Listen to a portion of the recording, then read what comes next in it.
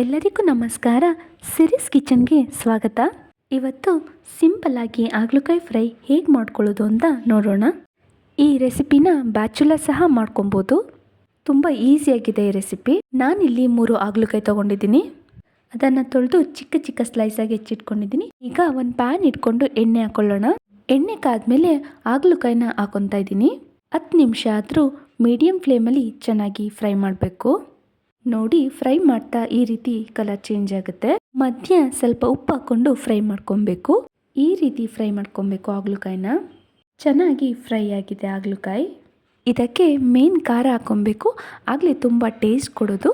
ಖಾರ ಹಾಕಿದ್ಮೇಲೆ ಮತ್ತೆ ಒಂದು 5 ನಿಮಿಷ ಚೆನ್ನಾಗಿ ಫ್ರೈ ಮಾಡ್ಕೊಬೇಕು.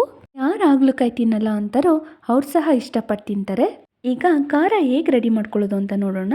ಪ್ಯಾನಿಗೆ 10 ಖಾರದ ಮೆಣಸಿನ್ಕಾಯಿ ಹಾಕೊಂಡು 3 ನಿಮಿಷ ಚೆನ್ನಾಗಿ ಹುರ್ಕೊಳ್ಳೋಣ. ತಣ್ಣಗಾದ್ಮೇಲೆ ಮಿಕ್ಸಿ ಜಾರಿಗೆ ಹಾಕೊಬೇಕು. 1 ಟೇಬಲ್ ಸ್ಪೂನ್ ಜೀರಿಗೆ ಹಾಕೊತಾ ಇದ್ದೀನಿ. 1 ಟೇಬಲ್ ಸ್ಪೂನ್ ಕಾಳು ಮೆಣಸು, ಸ್ವಲ್ಪ ಹುಣಸೆ ಹಣ್ಣು, ಮತ್ತು ಸ್ವಲ್ಪ ಕೊತ್ತಂಬರಿ, 2 ಎಸಳು ಕರಿಬೇವು, ಒಂದು 5 ಎಸಳು ಮತ್ತು ಬೆಳ್ಳುಳ್ಳಿ ಹಾಕೊತಾ ಇದ್ದೀನಿ. ಮತ್ತು ನಿಮಗೆ ಎಷ್ಟು ಉಪ್ಪು ಬೇಕೋ ಅಷ್ಟು ಸೇರಿಸ್ಕೊಳ್ಳಿ. ನೀರು ಸೇರಿಸ್ಕೊಂಡು ಚೆನ್ನಾಗಿ ರುಬ್ಕೊಬೇಕು. ಖಾರ ರೆಡಿಯಾಗಿದೆ ನೋಡಿ. ಇದೇ ಕಾರಣ ನಾನು ಹಾಗಲಕಾಯಿ ಫ್ರೈಗೆ ಸೇರಿಸಿದ್ದು. ಹಾಗಲಕಾಯಿ ಫ್ರೈ ರೆಡಿಯಾಗಿದೆ.